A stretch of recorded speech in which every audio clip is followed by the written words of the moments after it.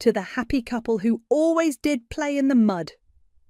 The champagne flutes clinked around me as my sister Tamara's voice carried across the reception hall, dripping with that special brand of sweetness that could cut glass.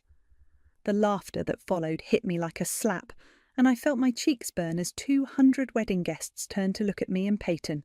My name is Bethany, and that was supposed to be the happiest day of my life. I should have known Tamara wouldn't let my wedding pass without reminding everyone exactly where I stood in the family hierarchy.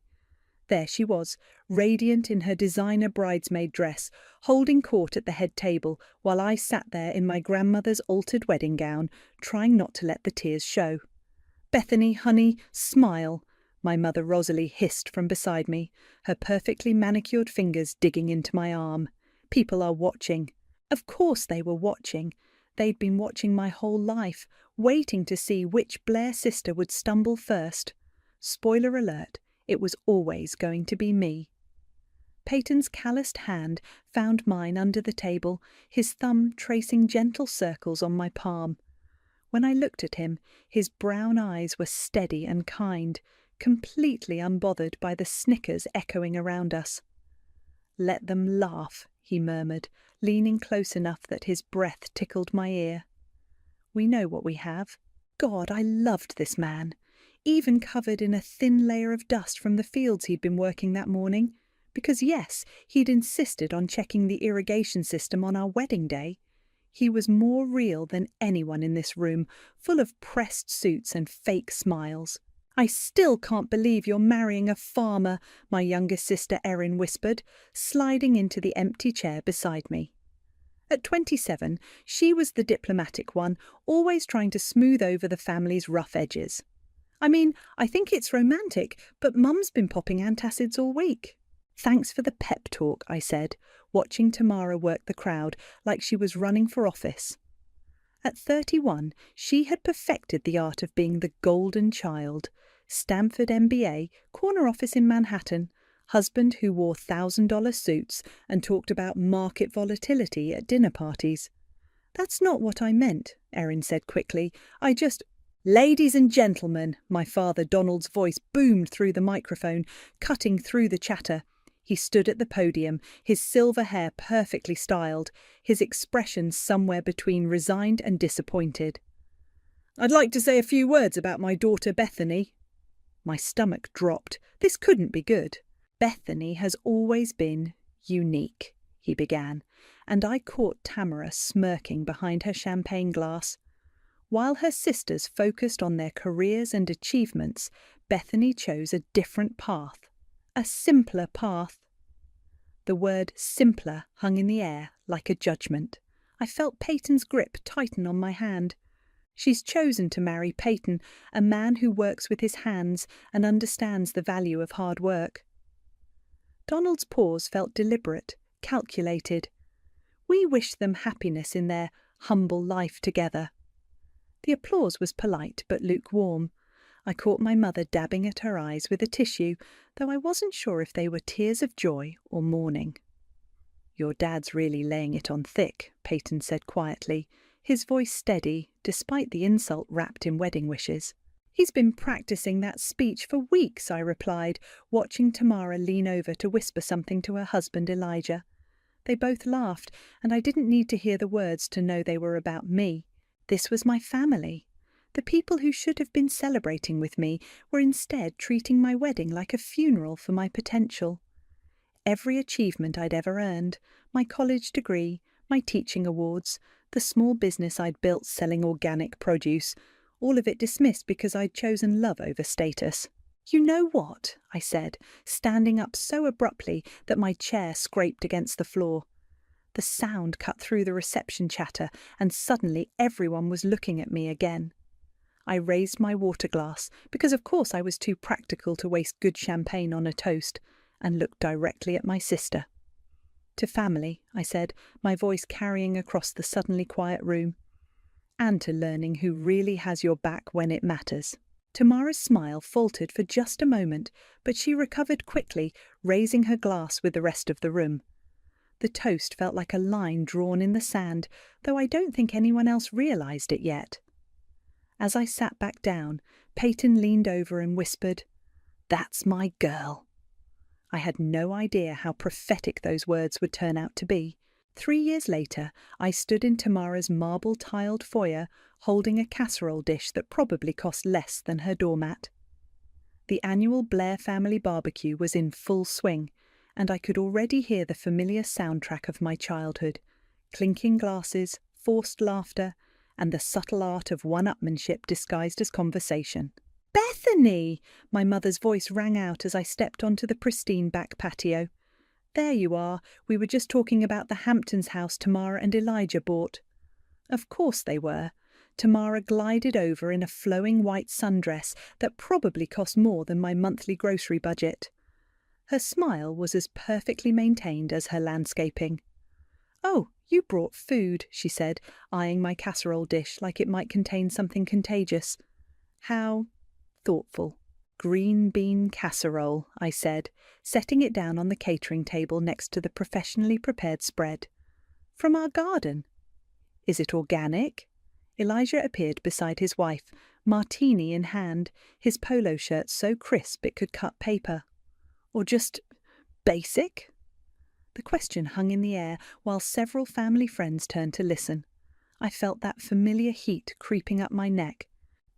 "It's homegrown," Peyton said quietly, stepping up beside me. His jeans were clean but worn, his button-down shirt simple cotton. Next to Elijah's designer everything, he looked like he'd wandered in from a different world. Right, Elijah nodded with exaggerated interest. "The farming thing, how's that going? Still playing in the dirt?" "We're doing well," I said, forcing my voice to stay level. "The farm's been profitable for 2 years running." Tamara laughed, the sound like wind chimes in a hurricane.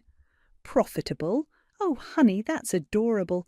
Elijah just closed a deal worth more than your little farm probably makes in a decade."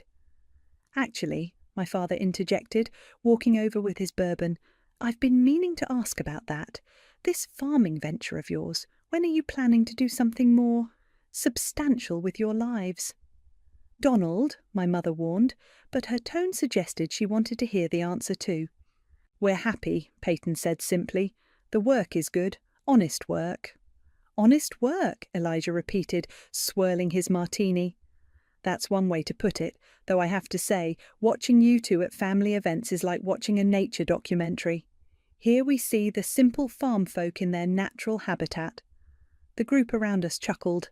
I saw Erin wince from across the patio, but she didn't say anything.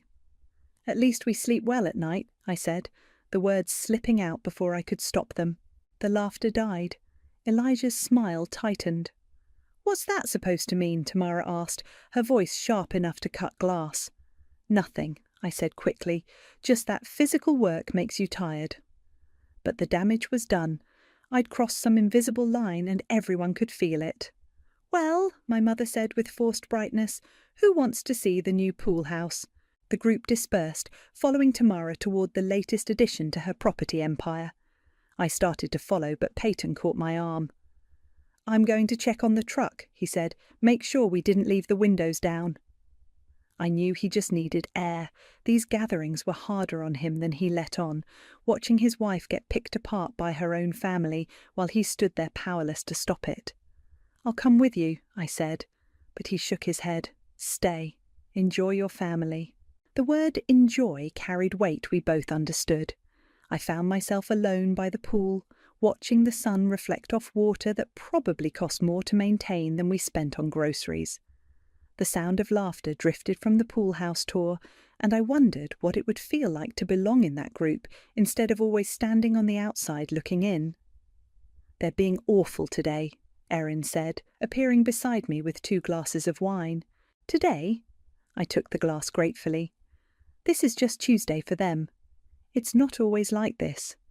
"Isn't it?" I turned to look at her.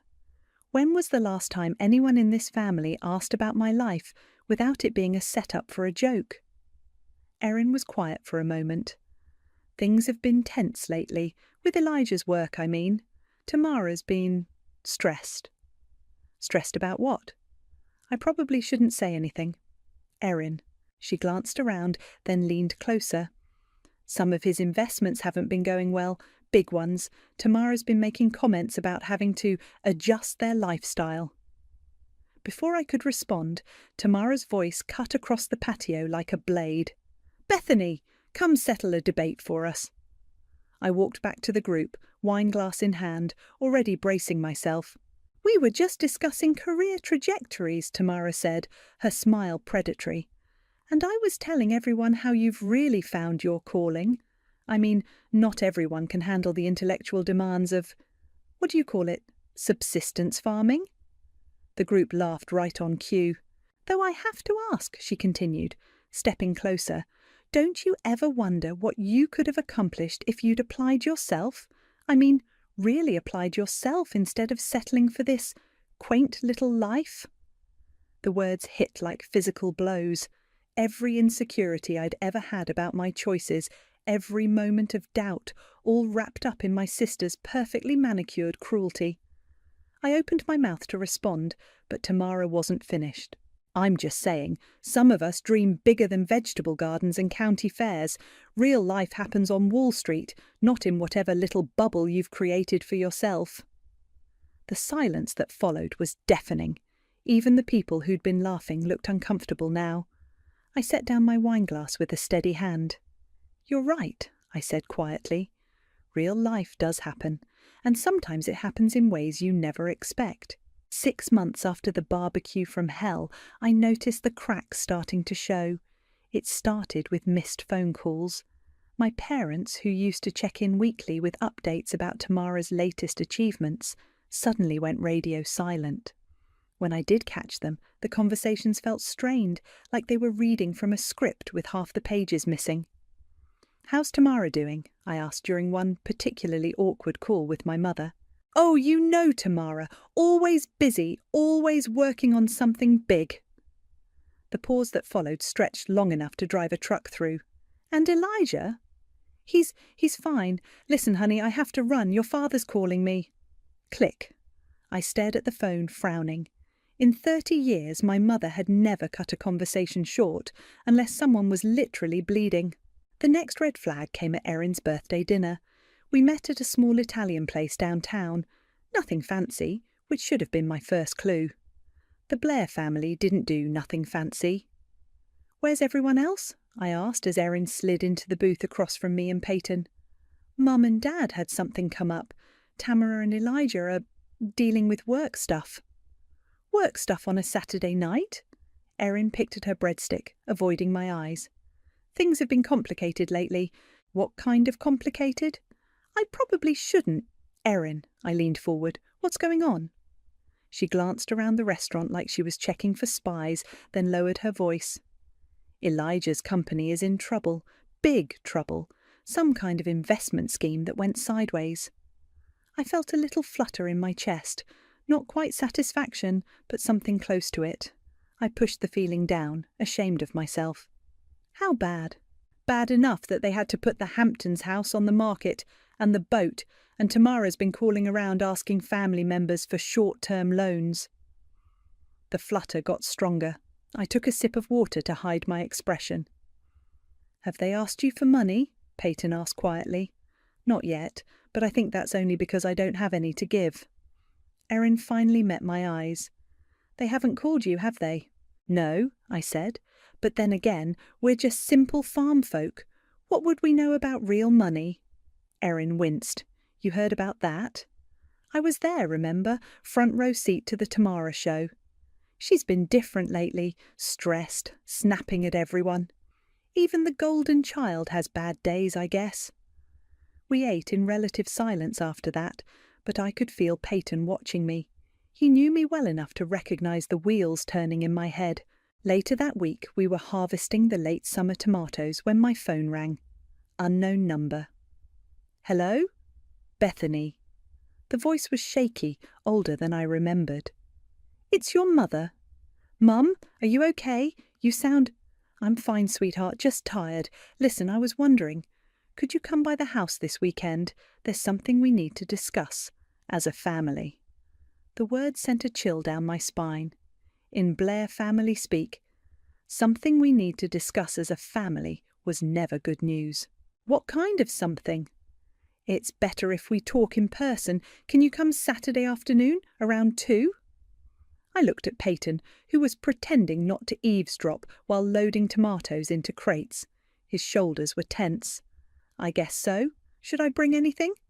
Just yourself, and Peyton, of course.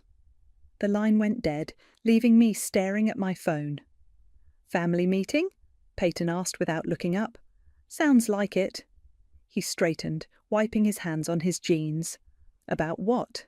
She wouldn't say, but given what Erin told us. They're going to ask us for money. It wasn't a question. We both knew it was true. That night, I lay in bed staring at the ceiling while Peyton's breathing evened out beside me. Part of me, a bigger part than I wanted to admit, was almost excited. After years of being treated like the family disappointment, they were finally going to need something from me. The irony was delicious. All those comments about our simple little life and playing in the dirt, and now they were going to come hat in hand to the farm girl they'd spent decades mocking.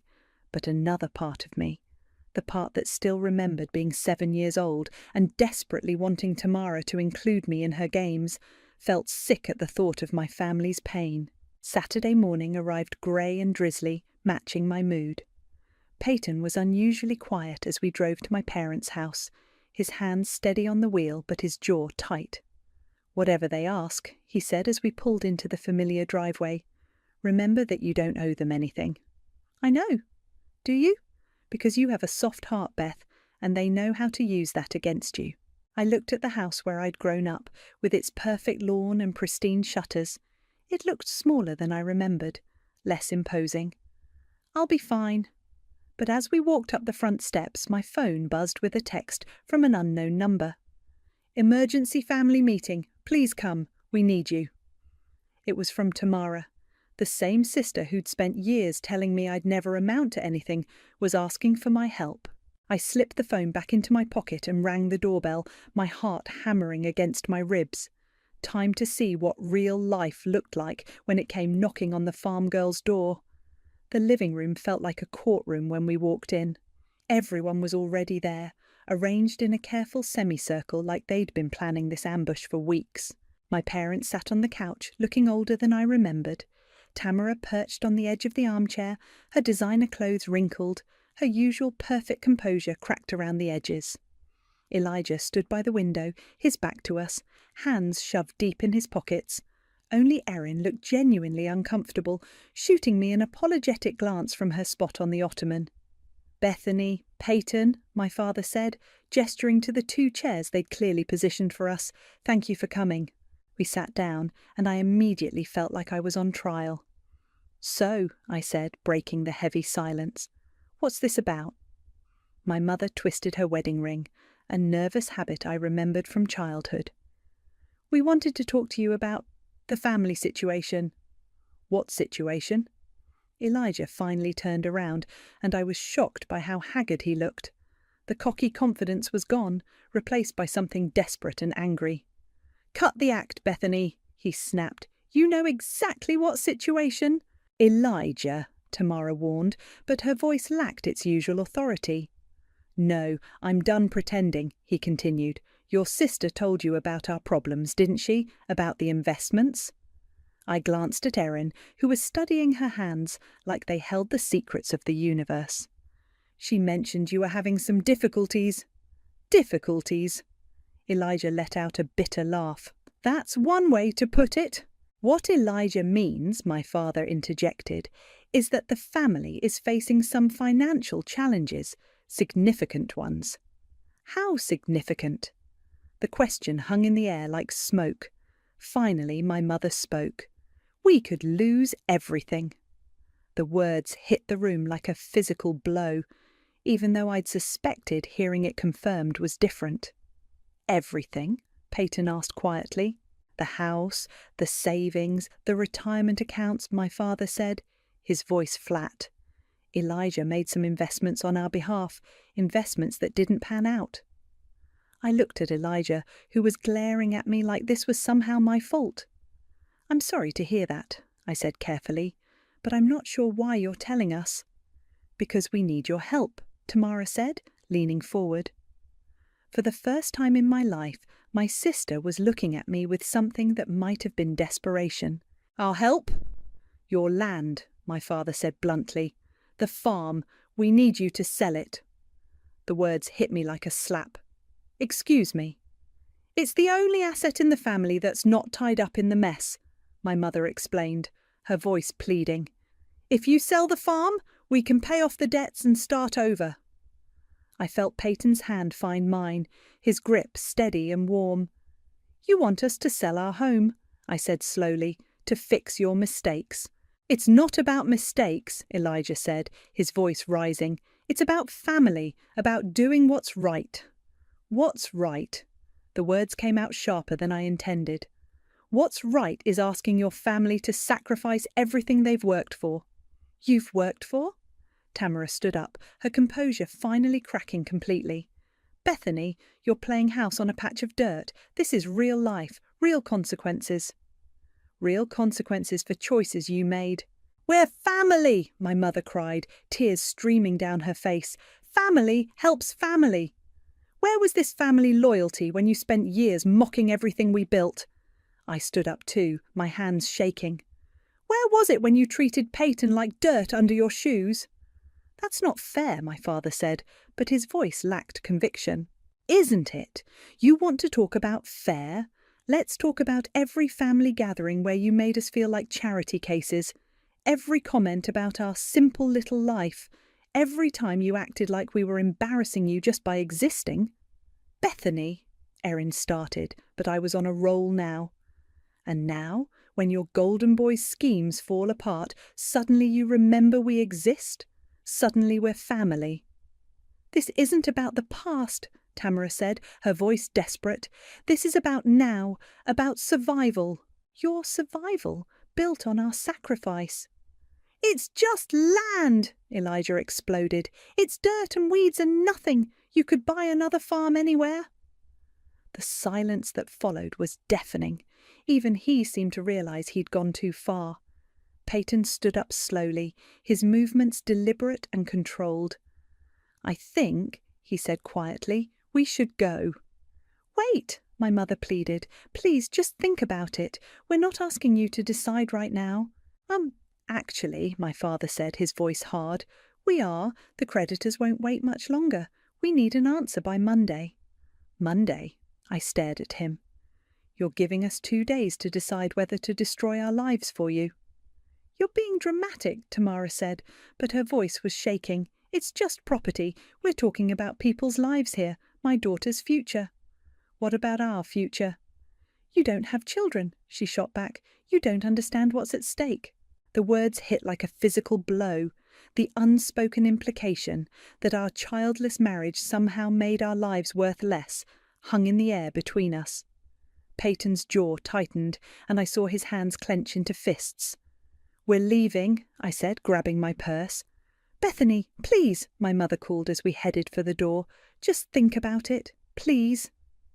I turned back one last time, looking at these people who shared my blood but felt like strangers. "I'll think about it," I said. "But you should think about something too. You should think about what kind of people ask their family to lose everything to save them from their own mistakes." As we walked to the truck, my father's voice followed us out. "You'll come to your senses once you realise what you owe us, Bethany, what we've done for you over the years." Peyton's hand was on the truck door, but he paused, his knuckles white against the metal. "What we owe them," I said, loud enough for everyone to hear. "After 30 years of being treated like the family disappointment, what exactly do we owe them?" No one had an answer for that. At least, not one they were willing to say out loud. The drive home was silent, except for the sound of gravel crunching under our tyres. Peyton's knuckles were still white on the steering wheel, and I could practically feel the anger radiating off him in waves. We pulled into our driveway, and I stared at our modest farmhouse, the place my family wanted us to sacrifice like it meant nothing. The evening light made the fields look golden, peaceful. Everything I'd ever wanted was right here. "I need to show you something," Peyton said as we got out of the truck. "Peyton, I'm not selling. I don't care what they—" I know you're not selling. That's not what this is about. He headed toward the barn, his stride purposeful. There are things I should have told you years ago. I followed him, confused. What things? Instead of answering, he led me to the back of the barn where he kept his office. I'd been in there 1,000 times, but he went straight to a filing cabinet I'd never seen him open. "Sit down," he said, pulling out a thick manila folder. "Peyton, you're scaring me." "I'm not trying to scare you. I'm trying to show you who we really are." He opened the folder and spread papers across his desk. "What we really are." I leaned forward, squinting at the documents. Legal papers, patents, financial statements with numbers that made my head spin. "What is all this?"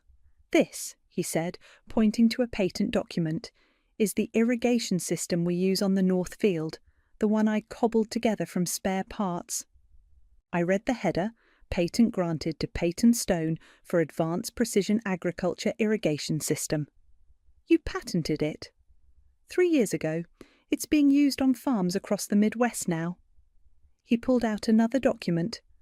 "This is the soil analysis software I've been working on, the program that helps us know exactly when and where to plant." Another patent, another document with Peyton's name at the top. "I don't understand. Why didn't you tell me?" "Because I wanted to be sure. I wanted to build something real before I started talking about it." He sat down across from me, his expression serious. "Beth, our patch of dirt isn't just a farm. It's a research and development facility. Everything we grow here, every system we test, it's all part of something bigger." My head was spinning. "How much bigger?" He pulled out a financial statement and slid it across the desk. The numbers at the bottom made me blink hard, certain I was misreading them.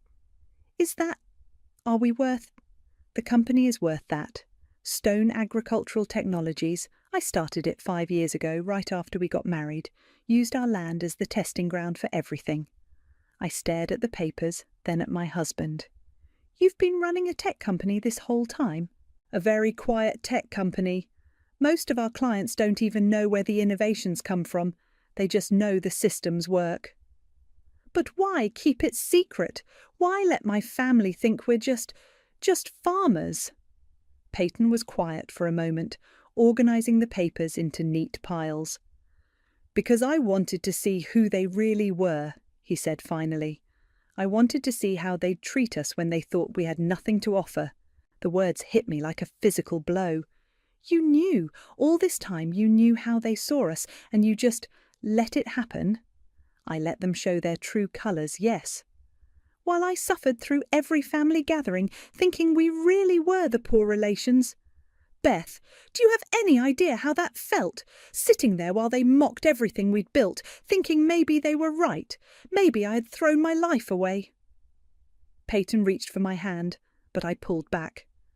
"You let me doubt myself. You let me think we were struggling while you were sitting on all this." "We were never struggling. Our bills were always paid. We never wanted for anything. That's not the point."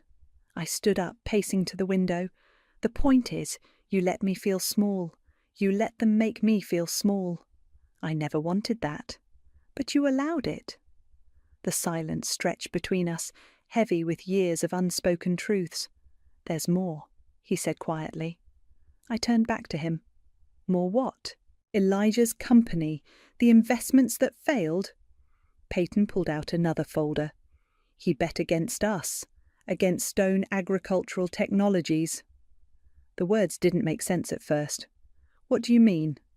"He shorted our stock, put his clients' money, including your parents' retirement fund, on a bet that our company would fail." I sank back into the chair, the full picture finally coming into focus. He lost their money betting against us?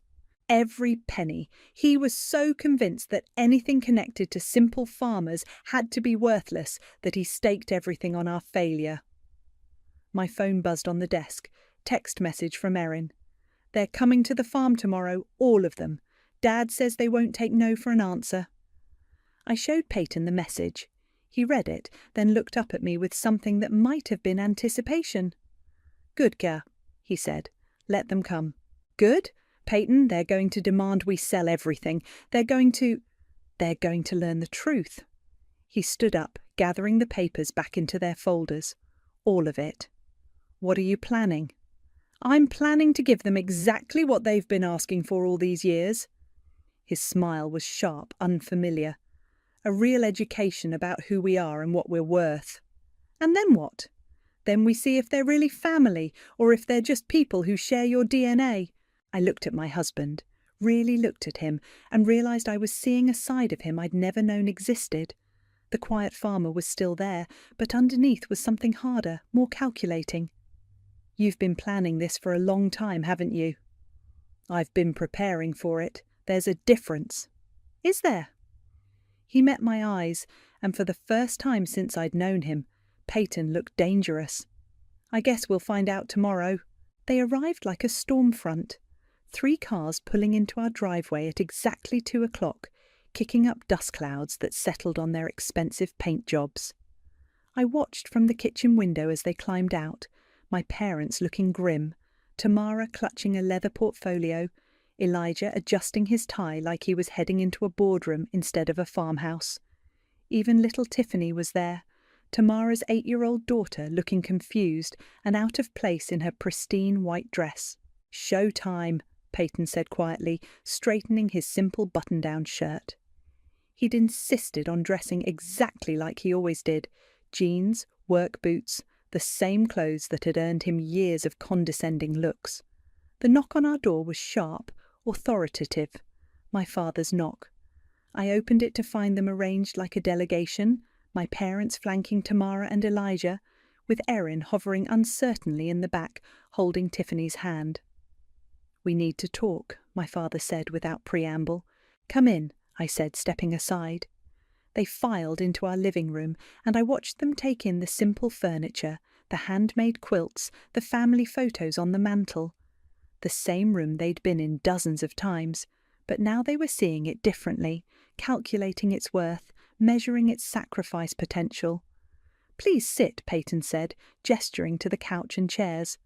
"We'd rather stand," Elijah said, his voice tight with barely controlled desperation. "This won't take long." "Actually," my father said, pulling out a folder, "we brought the paperwork to make this easier." He set it on our coffee table, like he was serving a legal summons. "Sale documents for the property. We've already had it appraised, found a buyer. All you need to do is sign." I stared at the papers, then at my family. "You had our land appraised, without asking us?" "We're trying to be efficient," my mother said, her voice strained. "Time is a factor here."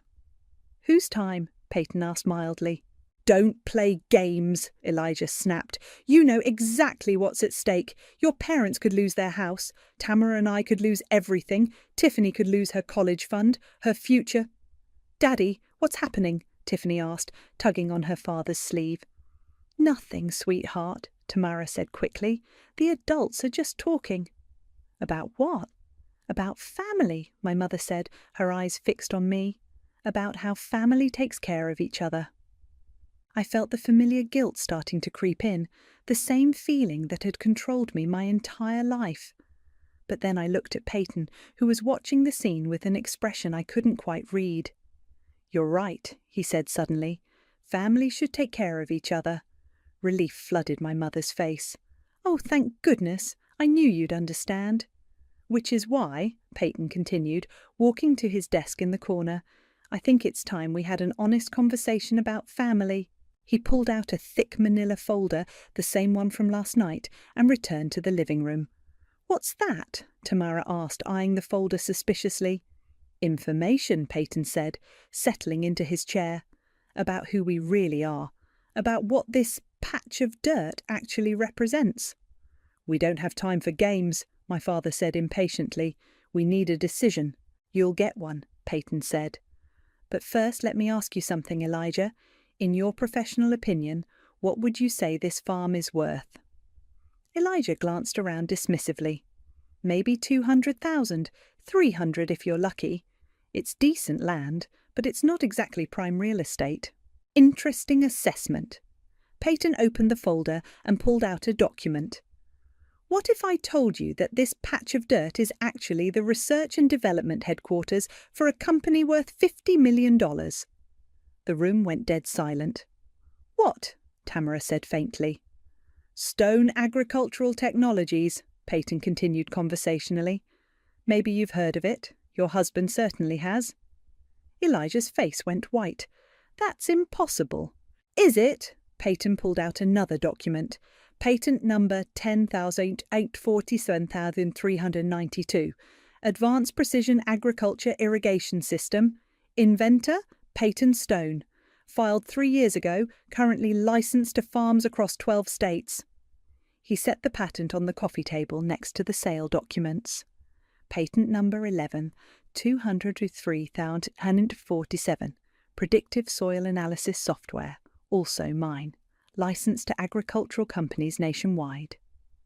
Another document joined the first. Should I continue? Because I have about 30 more patents here, all developed right here on this worthless patch of dirt. My mother was staring at the papers like they were written in a foreign language. I don't understand. It's simple, Peyton said. While you were all busy looking down on us, we were building something significant. But you're just a farmer, my father said weakly. I'm a farmer who happens to hold a PhD in agricultural engineering from MIT. I'm also the CEO of a company that revolutionizes how food is grown in this country. Tamara sank into the nearest chair. This can't be real. Oh, it's real. Peyton pulled out a financial statement. Want to see our quarterly earnings? The numbers on the page made Elijah physically recoil. But wait, Peyton said, his voice taking on a harder edge. There's more. Elijah, you mentioned being familiar with Stone Agricultural Technologies. I might have heard the name. You did more than hear it. You bet against it. You convinced your clients, including Bethany's parents, to short our stock. The silence was deafening. You lost their retirement money betting that we would fail, Peyton continued. You were so convinced that anything connected to simple farmers had to be worthless that you staked everything on our destruction. Elijah's mouth opened and closed like a fish gasping for air. The beautiful irony, Peyton said, standing up, is that you didn't just lose their money, you lost it to us. Every dollar you gambled against Stone Agricultural Technologies went straight into our pockets when our stock price doubled. Oh my God, Erin whispered. So when you ask us to sell our land to save you from your mistakes, Peyton continued, you're asking us to sacrifice our life's work to fix the damage you caused by betting against our life's work. The front door opened, and a man in an expensive suit walked in like he owned the place. Sorry I'm late, he said, setting a briefcase on the table. Traffic was murder. Everyone, Peyton said calmly, I'd like you to meet Leonard Wise, our attorney. Leonard smiled at the room full of stunned faces. I believe you have some questions for my client.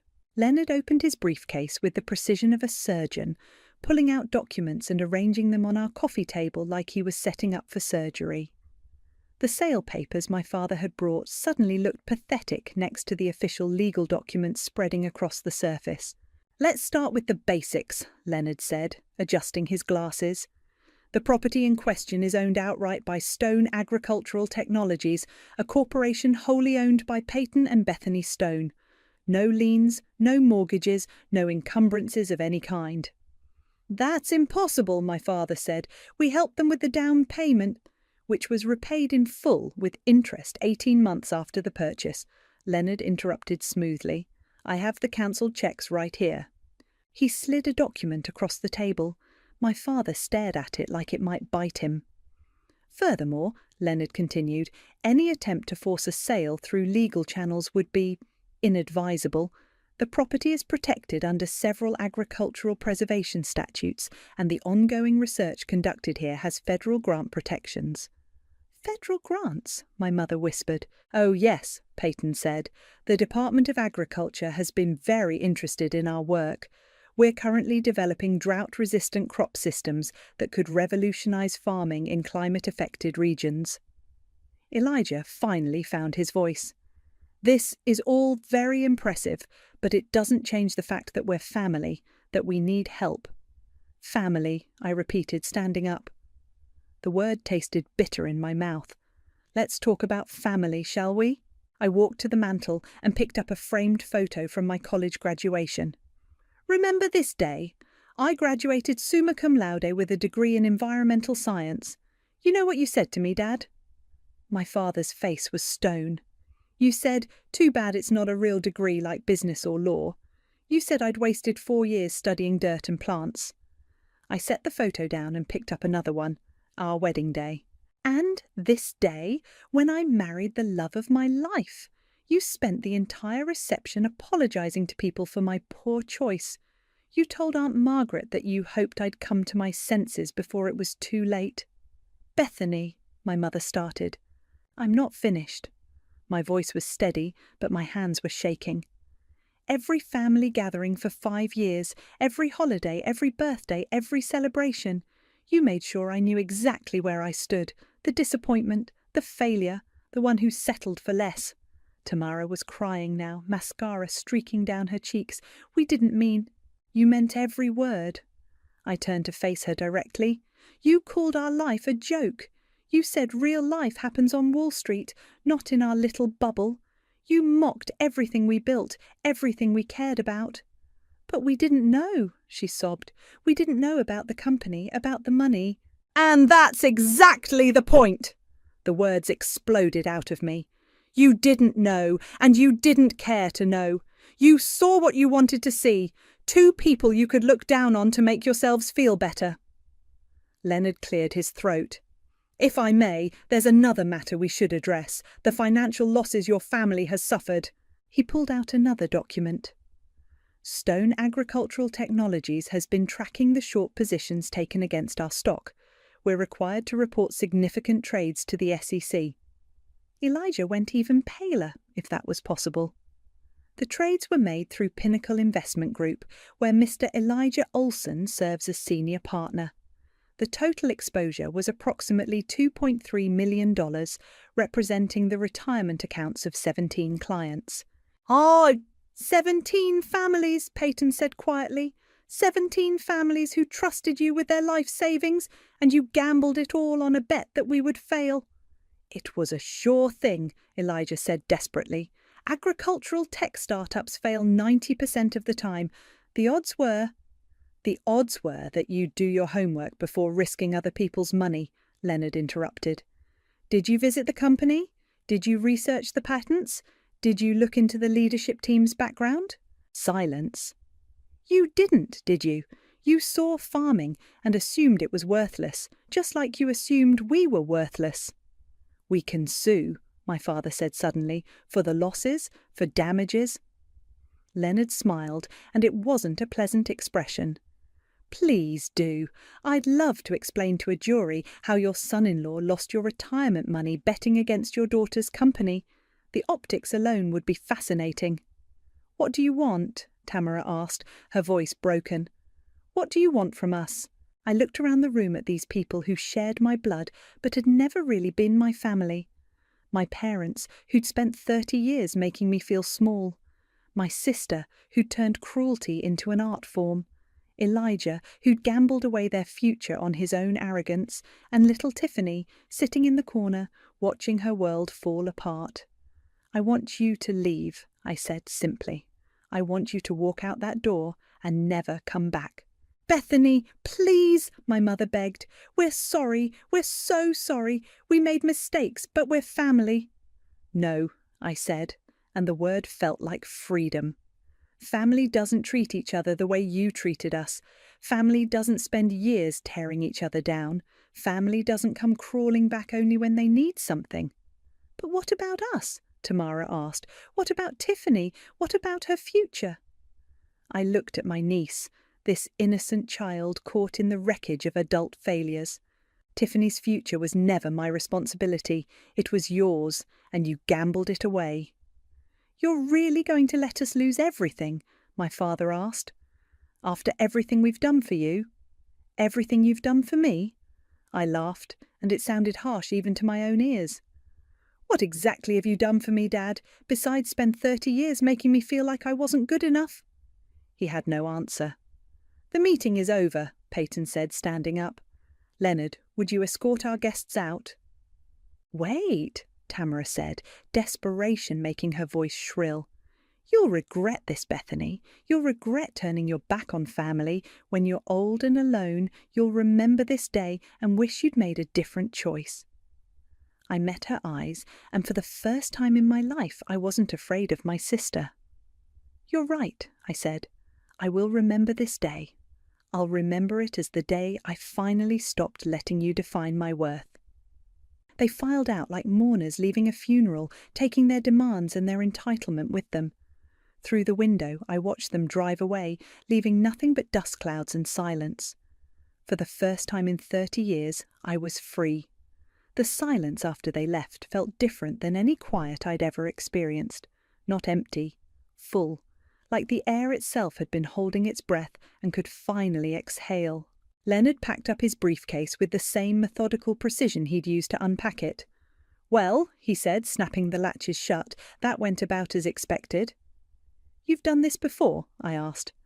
Not exactly like this, but I've seen enough family dynamics to know how these things play out. He straightened his tie. People show you who they are when they're desperate. Your family showed you. And now? Now you move forward, without them. After Leonard left, Peyton and I sat on our front porch, watching the sun set over our fields, the same fields my family had called worthless dirt just hours earlier. Do you think I was too harsh? I asked. Peyton was quiet for a long moment, his fingers tracing patterns on the porch railing. Do you remember what Tamara said at our wedding, about us playing in the mud?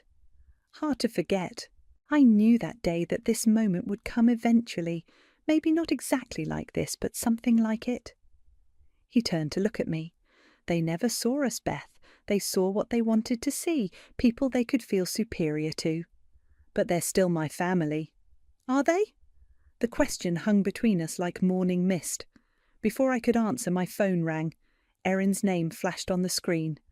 I should probably take it, Peyton said. She's different from the rest. I answered on the third ring. Hello? Beth? Erin's voice was thick with tears. I'm so sorry. I'm so sorry. Erin, no, let me say this. I knew how they treated you, and I never stood up for you. I told myself I was staying neutral, but there is no neutral when someone you love is being hurt. I closed my eyes, feeling tears I hadn't expected. You were caught in the middle. I was a coward, and now, God, Beth, the things they're saying about you. Dad's telling everyone you abandoned the family. Mum's acting like you personally destroyed their lives. And Tamara? What about Tamara? She's bitter, really bitter. She keeps saying you planned this whole thing, that you and Peyton set them up somehow. We didn't set anyone up. We just stopped pretending to be less than we are. I know that. I know you, even if I didn't defend you like I should have. Erin's voice cracked. Can you ever forgive me? I looked out at our land, at the life Peyton and I had built together despite everything. You're calling me now. That counts for something. I want to see you, not to ask for anything, just... I miss my sister, the real one, not the version they tried to make you into. Come for dinner Sunday, bring whoever you want, but leave the drama at home. Just me, I promise. After I hung up, Peyton reached over and took my hand. One down. Think any of the others will come around? Does it matter? I considered that. A week ago, the thought of losing my family would have terrified me. Now, sitting here with my husband on land we owned free and clear, surrounded by the success we'd built together, it felt more like shedding old skin. No, I said finally, it doesn't matter. The next morning I was in the garden when I heard a car in the driveway. My heart jumped, wondering if my parents had come back to try again, but when I looked up, I saw a woman I didn't recognize climbing out of a small sedan. She was maybe 40, wearing jeans and a simple blouse, carrying a manila folder. Mrs. Stone, she called out, I'm Sarah Martinez from the Department of Agriculture. I was hoping to speak with you and your husband about your drought resistance research. Peyton emerged from the barn, wiping his hands on a towel. Sarah, you made good time. The preliminary results you sent were incredible, she said, shaking his hand.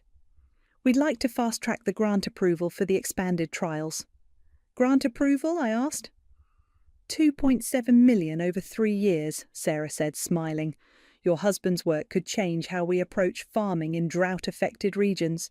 We're talking about feeding millions of people. I stared at Peyton. You didn't mention... I wanted to be sure before I got your hopes up, he said. But yes, we're about to get very busy. As Sarah and Peyton discussed research protocols and timelines, I found myself thinking about my family's visit. They'd come here demanding we sacrifice everything to save them from their mistakes, never realizing they were asking us to destroy something that could help feed the world. The irony was perfect. They'd spent years calling us small, insignificant, worthless. Meanwhile, we were quietly working on something that mattered more than any of their status symbols or investment portfolios. That evening, Peyton and I walked through our fields as the sun painted the sky orange and pink. The same walk we'd taken hundreds of times, but everything felt different now. Any regrets? He asked. I thought about my mother's tears, about Tamara's desperation, about little Tiffany caught in the middle of adult failures. I thought about the years of humiliation, the constant feeling of not being good enough, the way they'd made me doubt everything I'd chosen. No, I said, and meant it. No regrets. Even about your family. They made their choice long before today. They chose to see us as less than we were. They chose to bet against us, literally and figuratively. I stopped walking and turned to face him. I choose us. I choose this life, this work, this future we're building. Peyton smiled, the same gentle smile that had made me fall in love with him in the first place. Good, because I have plans for us, big plans. Bigger than a $50 million company? Much bigger. He gestured toward the field stretching out around us. We're going to change the world, Beth, one seed at a time. As we walked back toward the house, I realized something had shifted inside me. The part of me that had always sought my family's approval, that had carried their disappointment like a weight, it was gone. In its place was something stronger, cleaner. I was exactly where I belonged, with exactly the right person, doing exactly the work I was meant to do. And for the first time in my life, that was enough. More than enough. It was everything.